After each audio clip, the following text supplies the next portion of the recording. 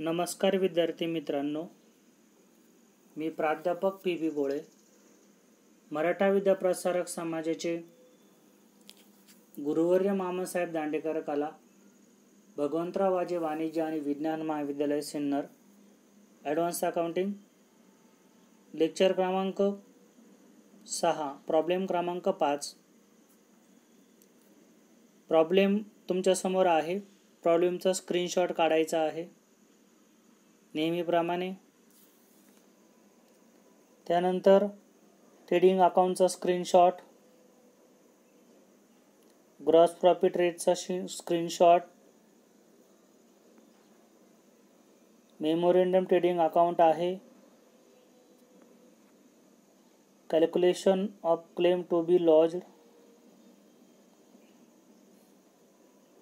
Value of insurance policy average clause जो आहे याचा स्क्रीनशॉट काढायचा आहे. या लेक्चरमध्ये एक नवीन जो घटक आहे, ॲटम आहे, तो ह्या प्रॉब्लेममध्ये आपण इन्क्लूड केलेला आहे. प्रॉब्लेम मी वाचतो आहे. On 15 September 2009, premises of Landmark Limited, Lasalgaon, were registered by fire and stock of rupees 1500 was salvaged and retained by the insured. The business book and record were saved from the following information is obtained. Other information तुम्हाला दिलेली आहे. त्यानंतर other information नंतर in valuing the stock as on 1st December 2008, rupees 1000 had been written off. Certain stock having cost of rupees 2250. Half of these goods were sold in July 2009 for rupees 1250. The balance is estimated to be worth the original cost. Subject to the above exception, gross profit had remained at the uniform rate. On 24 September 2009, goods worth rupees 1000 had been received by the godown keeper but had not been entered in the purchase account.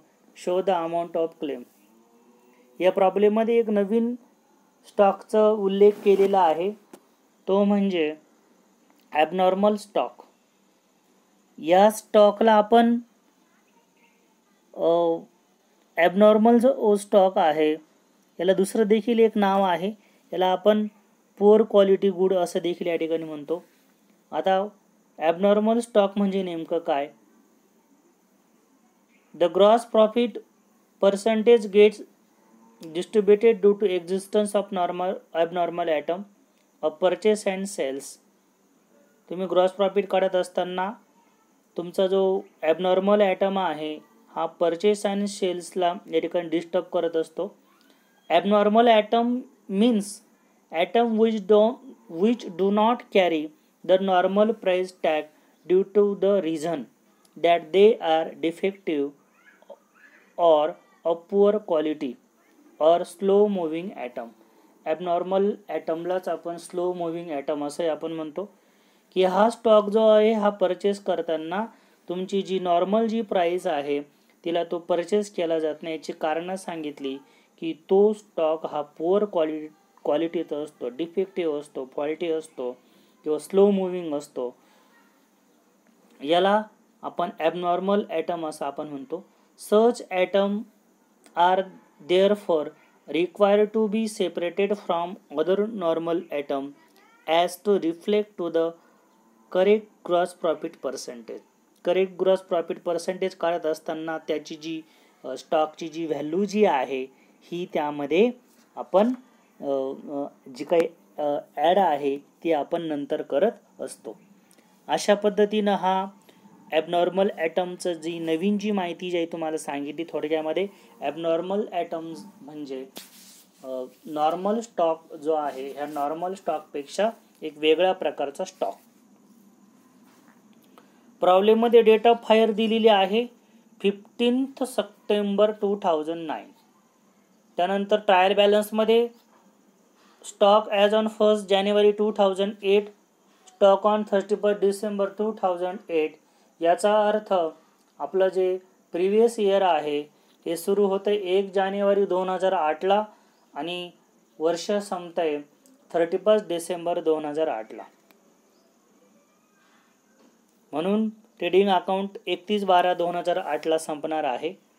आणि memorandum trading account जे आहे current year याची सुरुवात होईल 1/1/2009 आणि संपेल date of फायरच्या दिवशी 15/9/2009. म्हणजे 15 सप्टेंबर जे आहे, सप्टेंबरला हे अकाउंट या ठिकाणी संपणार आहे. 15 सप्टेंबर 2009ला सुरुवात करूया. यामध्ये जो ट्रेडिंग अकाउंट आहे in the books of landmark limited Lasalgaon, trading account आपण तयार केलेला आहे. आपल्याला घ्यायचा आहे सगळ्यात सुरुवातीला ओपनिंग स्टॉक दिला आहे आपल्याला प्रॉब्लेममध्ये. स्टॉक ॲज ऑन 1 जानेवारी 2008 लिहायचे सगळ्यांनी माझ्याबरोबर. To opening stock. Opening stock आपण ट्रेडिंग अकाउंटच्या डेबिटला घेतो. मी डेबिट क्रेडिट हे सांगणार नाही, तुमचं ते पाठ झालं पाहिजे. TYBCOMच्या मुलांना डेबिट क्रेडिट ॲटमची चांगली माहिती असणं अपेक्षित आहे. 12,500. त्यानंतर पुढे म्हटले स्टॉक ऑन 31 डिसेंबर 2008, म्हणजे साहजिकच हा आपला क्लोजिंग स्टॉक आहे. या प्रॉब्लेममध्ये आपल्याला क्लोजिंग स्टॉकमध्ये जी ॲबनॉर्मल ॲटम जे आहे याची अमाऊंट या ठिकाणी ॲड करावं लागणार आहे. खाली प्रॉब्लेममध्ये दिलेला आहे, म्हणून आपण बाय क्लोजिंग स्टॉक हा इनरलाच घेणार आहोत. By closing stock.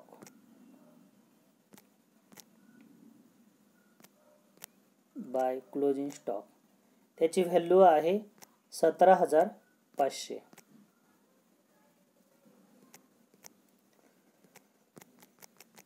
17,500. त्यानंतर पुढे म्हटले purchase for the year ended. याच वर्षीचे परचेसेस आहे. डिसेंबर 2008 पर्यंत जेवढे एक्सपेन्सेस आहे ते आपल्याला या ठिकाणी नोट डाऊन करायचे आहे. परचेसेस त्याची अमाऊंट आहे 1,18,500. 1,18,500. त्यानंतर पुढे म्हटले sales for the year ended 31 December 2008. Previous इयरची सेल्स आहे. बाय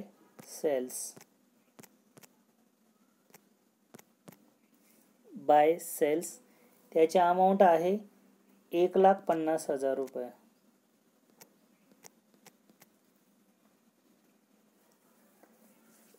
त्यानंतर पुढे आपले जे ट्रायल बॅलन्सचे जे आयटम आहे संपलेला आहे. पॅरेग्राफ पढून पहिल्याच पॅरेग्राफमध्ये म्हटले in valuing the stock as on 1 December 2008 ₹1,000 had been written of certain stock having cost of ₹2,250. Half of these goods were sold on July 2009. आता जुलै 2009 मला काय झालं ते आपण मेमोरेंडम ट्रेडिंग अकाउंटला बघणार आहोत. In valuing of the stock as on 1 December 2008 ₹1,000 had been written off. 1,000चा जो स्टॉक जो आहे तो या ठिकाणी 1 डिसेंबर 2008ला रिटर्न ऑफ केलेला आहे, म्हणजे सुरुवातीला नाही, म्हणून तो आपल्याला क्लोजिंग स्टॉकमध्ये ॲड करायचा आहे 1 डिसेंबर 2008. म्हणून क्लोजिंग स्टॉक जो आहे यामध्ये खाली म्हणायचं आहे add abnormal amount return of certain item of stock. Add amount return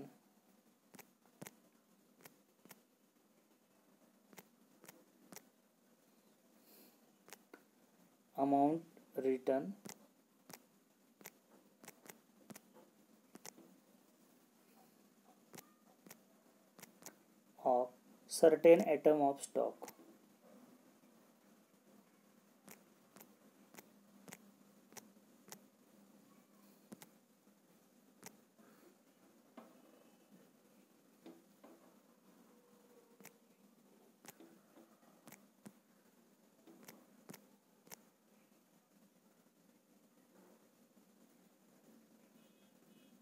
Certain atom of stock.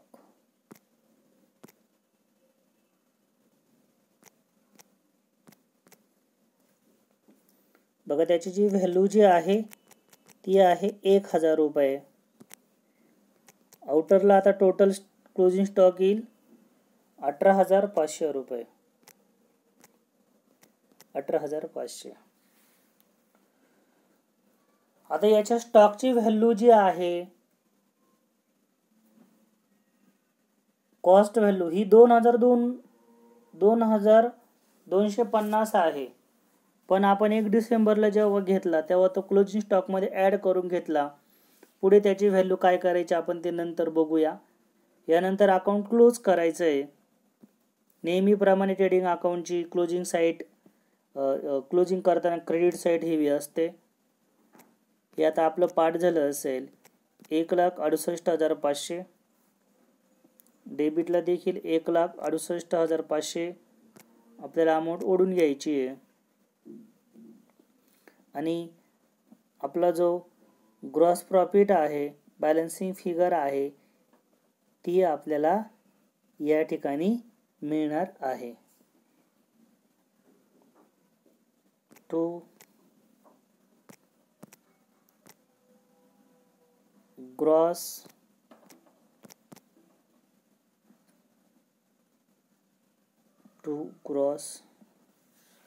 Profit carried down.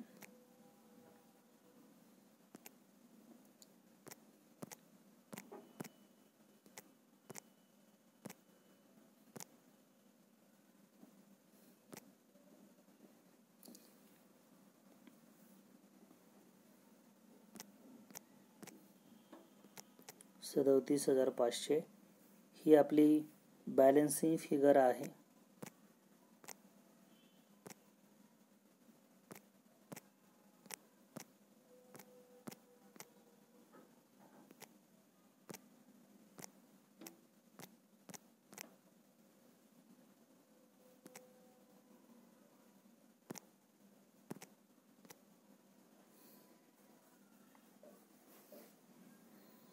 ठीक आहे.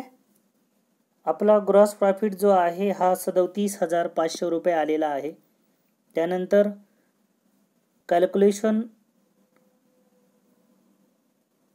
Of gross profit rate. इथं ऑफ शब्द कदाचित राहून गेला असावा किंवा डिलीट झाला असावा. Calculation of gross profit rate. Gross profit divided by cells into 100 असा आपला फॉर्म्युला आहे. ग्रॉस प्रॉफिट आपला आलाय 37,500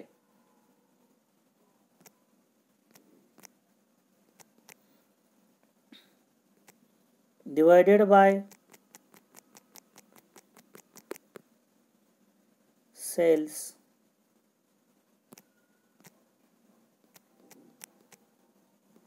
इंटू 100.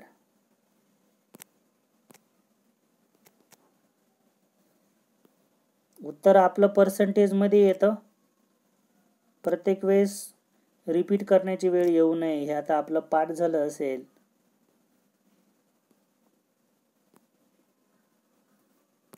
किती टक्के आलं मग? 25%. त्यानंतर मेमोरेंडम ट्रेडिंग अकाउंट. करंट इयरची सुरुवात झालेली आहे 1 जानेवारी 2009 आणि डेट ऑफ फायर आहे 15/9/2009.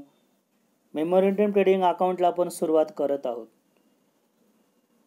आता 1 डिसेंबर 2009ला जो 1,000 रुपयाचा अबनॉर्मल ॲटम या ठिकाणी जो रिटर्न ऑफ केलेला आहे म्हणजेच परत केलेला आहे, बरोबर.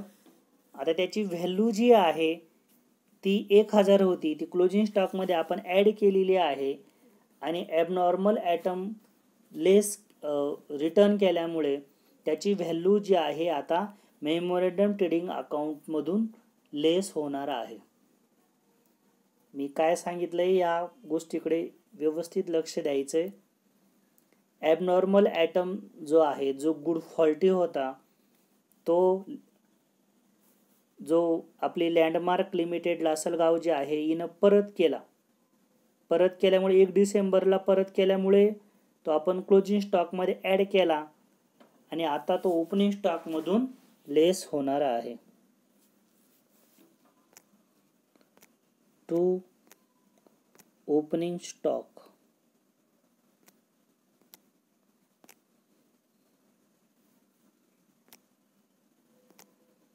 ओपनिंग स्टॉकची व्हॅल्यू आहे,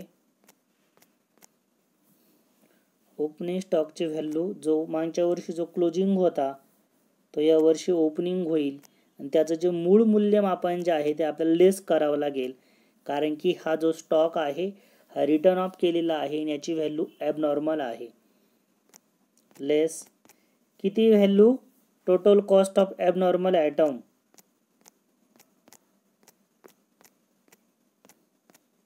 total cost of abnormal item.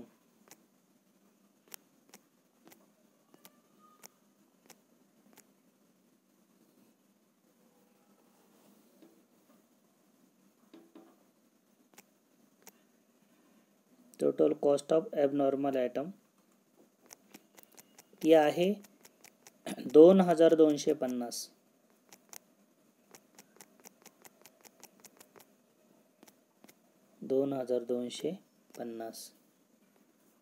आता आउटरला आपली अमाऊंट शिल्लक राहिली 16,250. त्यानंतर पुढे माल परचेस केलाय आपण. Purchases, to purchases. या परचेसेसमध्ये आपल्याला खाली एक व्हॅल्यू दिलेली आहे, ती आपल्याला या ठिकाणी ॲड करायची आहे. परचेसेसची आपली प्रॉब्लेममध्ये अमाऊंट आहे. इथं थोडीशी मिस्टेक माझ्याकडनं झालेली आहे की टोटल जी व्हॅल्यू जी आहे ही ओपनिंग स्टॉक मधून ती आपल्याला जी घ्यायची जी आहे जी परचेसेस जी अमाऊंट आहे ती या ठिकाणी आपल्याला आहे ती बरोबर आहे. थोडंसं गोंधळ या ठिकाणी झालं, सारखं मोबाईलमध्ये बघायला लागत असल्यामुळे. परचेसची व्हॅल्यू आपली आहे टू परचेस 37,500 रुपये. त्यानंतर खाली पॅराग्राफ पाडून एका ठिकाणी जेव्हा या स्टॉकची व्हॅल्यू संपली तिथं म्हटलंय, subject to the above exception gross profit had return at the uniform rate on 14 September 2009. Goods worth ₹1,000 had been received by the godown keeper but had not been entered in the purchase account. 14 सप्टेंबर 2009ला godown जो keeper जो आहे त्यांनी या ठिकाणी 1000चा जो माल जो आणला होता त्याचं रेकॉर्ड केलेलं नव्हतं, म्हणून इथं आपल्याला ॲड अनरेकॉर्डेड परचेस म्हणून ही अमाऊंट या ठिकाणी ॲड करावं लागेल.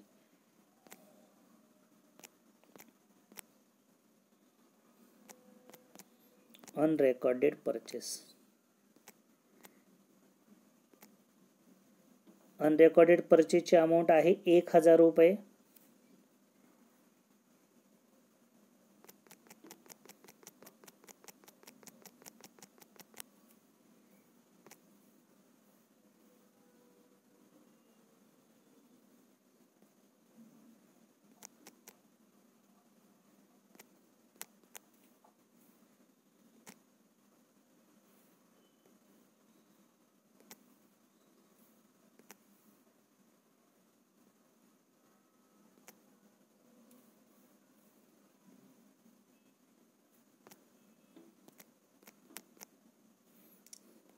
टोटल परचेसची अमाऊंट झाली आता आपली 38,500.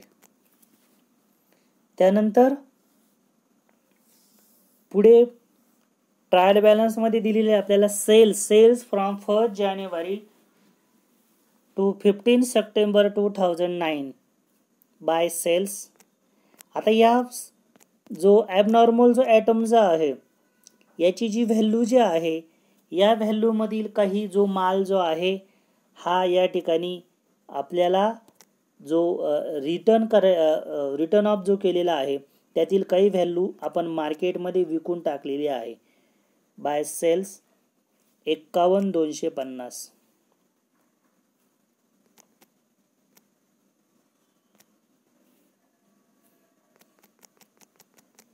51,250 लेस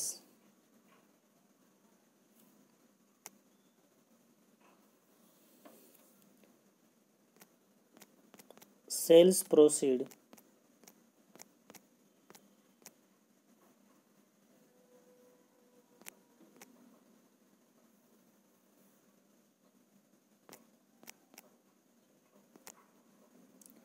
of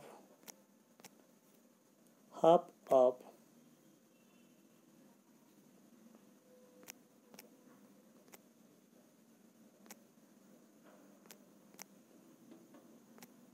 abnormal atom.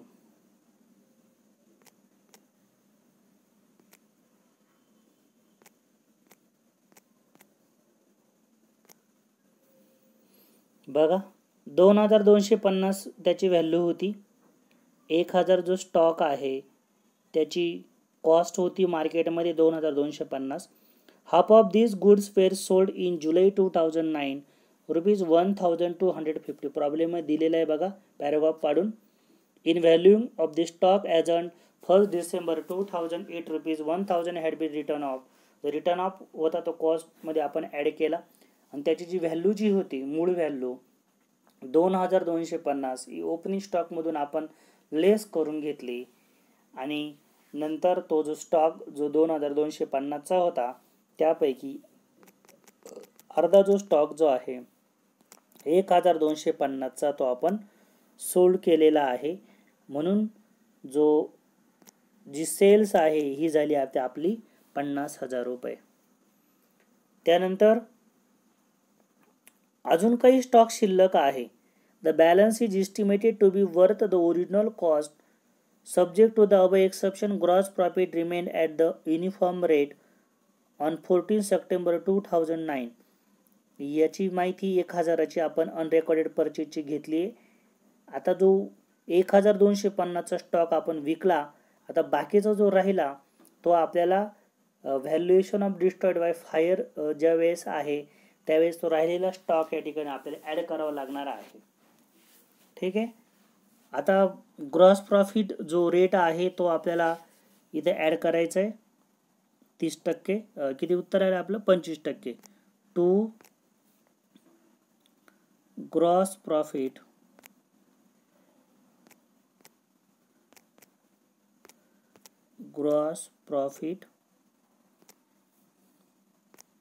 Carried down.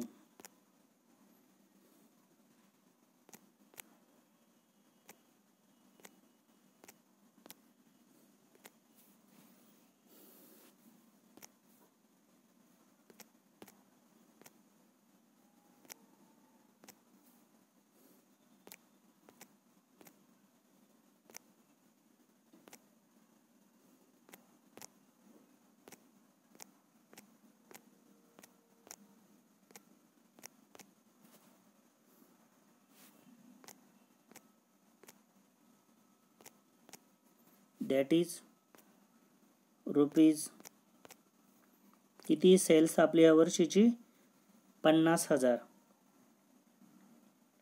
ज्यावेळेस आपण ग्रॉस प्रॉफिट काढतो तेव्हा ट्रायल बॅलन्स आउटरची जी अमाऊंट आहे प्रॉब्लेममधील जी आउटरची अमाऊंट आहे ती घ्यायची असते. उत्तर येत आहे आपलं 12,500 रुपये. प्रॉब्लेम क्लोज करायचा आहे. मेमोरियम ट्रेडिंग अकाउंटची डेबिट साईड नेहमी हेवी असते.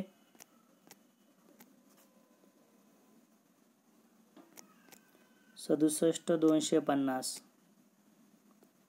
आणि जो स्टॉक जो आहे त्याची व्हॅल्यू ही आपली बॅलन्सिंग फिगर असेल बाय स्टॉक. ओके, कंसामध्ये लिहायचं आहे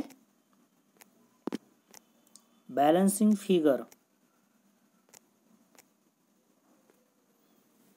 that is value of stock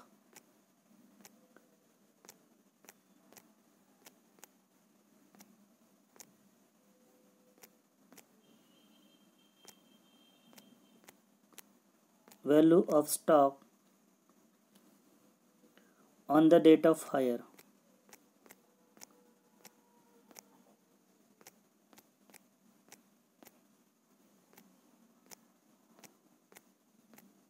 date of hire या पद्धतीनं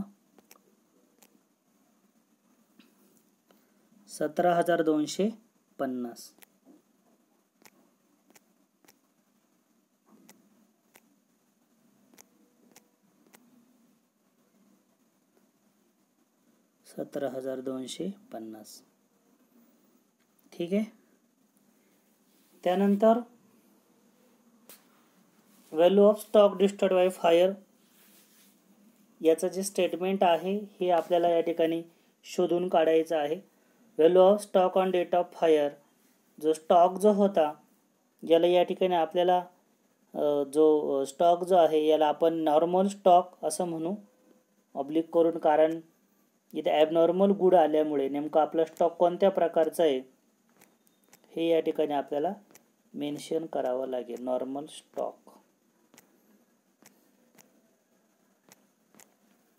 नॉर्मल स्टॉकची जी व्हॅल्यू जी आपली आली 17,250. 17,250 यामध्ये आता जो ॲबनॉर्मल स्टॉक जो होता त्याची व्हॅल्यू आपल्याला ॲड करायची आहे, कारण की 50% स्टॉक आपण विकला होता बरोबर, आणि 50% स्टॉक जो आहे आपला या ठिकाणी बाकी होता. या ठिकाणचं खालचं जे वाक्य हे मी डिलीट करतोय. खाली म्हणायचं add abnormal stock.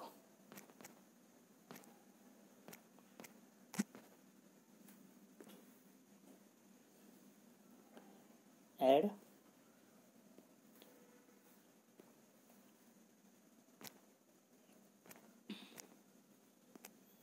Abnormal stock.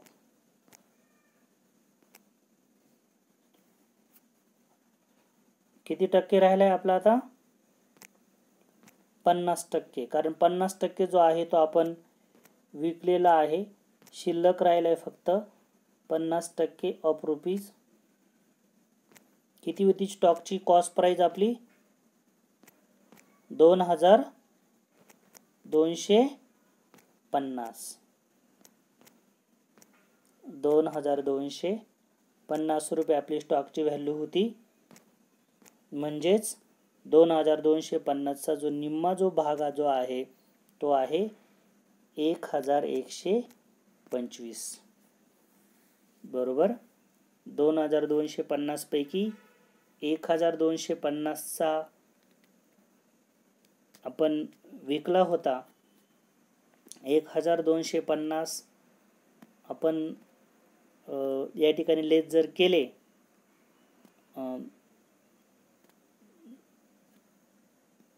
एक मिनटं, यामध्ये आपल्याला 50% व्हॅल्यू घ्यायची आहे 2,250च्या. सॉरी, 2,250 पैकी जो अर्धा जो होता तो 1,250ला विकला आणि बाकीचा मात्र जो शिल्लक राहिला त्याच्या 50% 1,125. आणि खाली जी व्हॅल्यू जी आहे ती आपल्याला मिळेल आता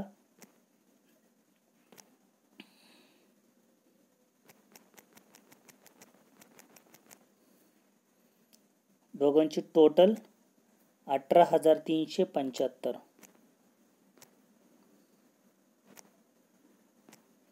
18,375. ओके. त्याच्यानंतर स्टॉक सॉल्वेज्ड. किती स्टॉक वाचला आहे? 1,500 रुपये.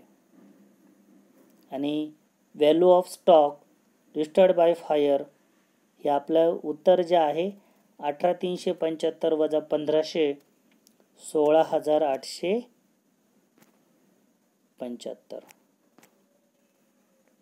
या पद्धतीनं. नंतर शेवटची स्टेप जी आपली आहे ती इन्शुरन्स क्लेमची. आपल्याला इन्शुरन्स क्लेम काढायचा आहे. बघा ह्या प्रॉब्लेममध्ये आपल्याला दिलं आहे इन्शुरन्स क्लेम ची अमाऊंट जी आहे ही आपल्याला ह्या प्रॉब्लेममध्ये दिलेली नाही, बरोबर. त्याच्यामुळे क्लेम जो आहे हा क्लेम जो आहे याची व्हॅल्यू तेवढीच राहील. Insurance claim will be equal to ₹16,875 in the absence of any average clause, बरोबर. अमाऊंट ऑफ पॉलिसी न दिल्यामुळे पुढची जी शेवटची स्टेप आहे या ठिकाणी होणार नाही. या प्रॉब्लेममध्ये जो तुमचा ॲबनॉर्मल स्टॉक जो आलेला आहे याची पुन्हा एकदा उजळणी तुम्हाला या ठिकाणी मी करून देतो.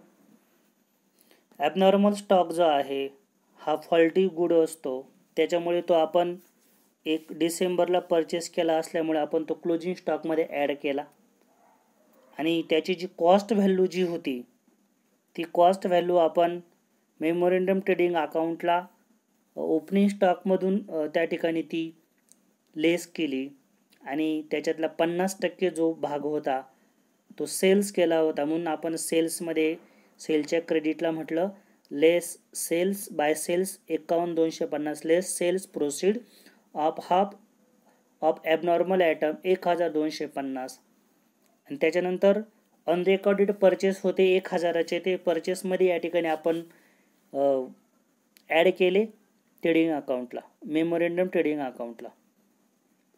त्याच्यानंतर जो 2,250चा जो अर्धा जो भाग जो होता 50% तो विकायचा बाकी होता, म्हणून तो आपण नॉर्मल स्टॉकमध्ये ॲड केला. टोटल आले 18,350 लेस सॉल्वे स्टॉक. उत्तर आलं 16,875. आणि या प्रॉब्लेममध्ये इन्शुरन्स पॉलिसीची अमाऊंट या ठिकाणी दिली नाही, त्याच्यामुळे जे काही ॲप्लिकेशन ऑफ ॲव्हरेज क्लॉज हा काढण्याचा काही प्रश्न तयार होत नाही. इथं खाली तुम्ही शेवटचं वाक्य लिहायचं आहे. Insurance claim will be equal to insurance claim will be equal to ₹16,875 in the absence of any average clause. In the absence of any average clause, that is amount of claim ₹16,875. धन्यवाद.